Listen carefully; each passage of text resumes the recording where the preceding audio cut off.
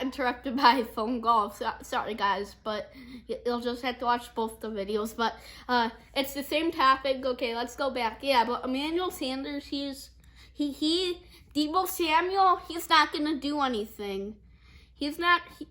Kendrick Bourne, we all know he's not gonna do anything. Kendrick Bourne's useless. He's like Jamarcus Russell, but a wide receiver. He's not very consistent. Only in really rare times.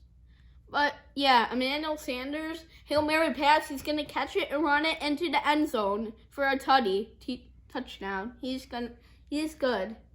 And another one to look out for that I just mentioned, Tevin Coleman.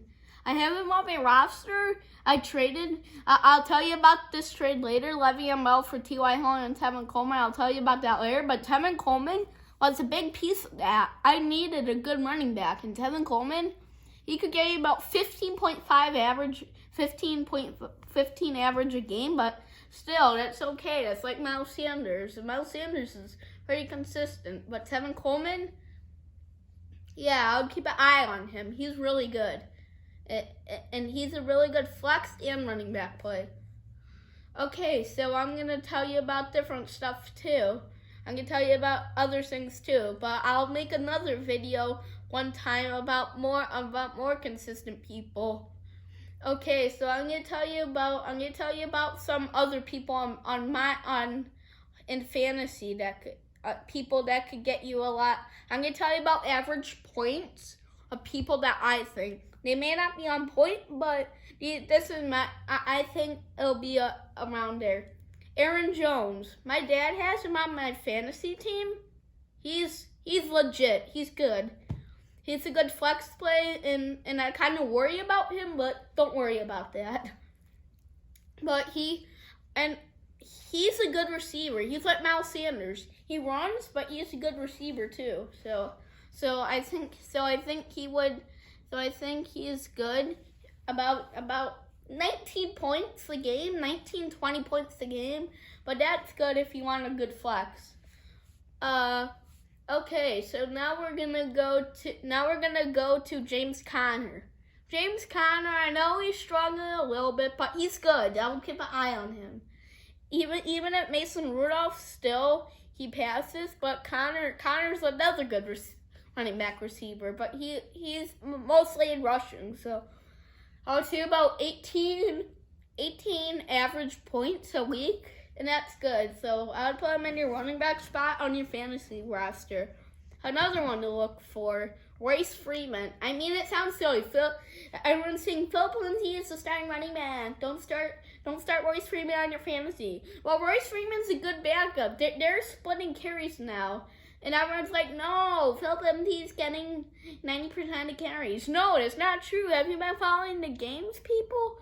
No, Royce Freeman, he gets you about 14 average, and Philip Lindsay gets you 14 average too. Maybe one higher, but if you're winning about like 20, it doesn't matter. About 13 or 14 if you're winning by 20. So Royce Freeman's I would say a good flex play if you're in the big pickle. I would say running back play. Another one. We haven't been talking about receivers, so I'm gonna talk about a couple receivers. A receiver that's key, T.Y. Hilton. T.Y. Hilton, it was another part of my trade that I really like. I'm like, oh, I get T.Y. Hilton. He's good. He's not, even if he only got 7 fantasy points last week. Chris Harris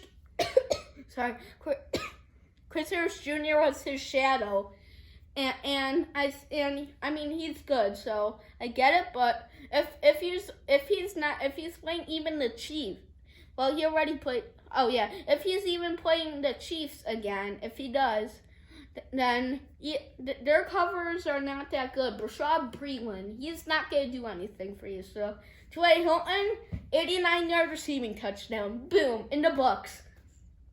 So he's another good fantasy play. Another good one that's a waiver wire, DK Metcalf. This sounds weird. I know. It sounds weird. It's waiver wire 8 points a game. No. He's the best waiver wire pickup out there. Out in the whole universe. In every country. He's the best waiver wire pickup. and he gets you about 13 points, 12.5 points a game. I mean, that's not the best, but if you at least need like 4 points, then DK Metcalf's a good play. And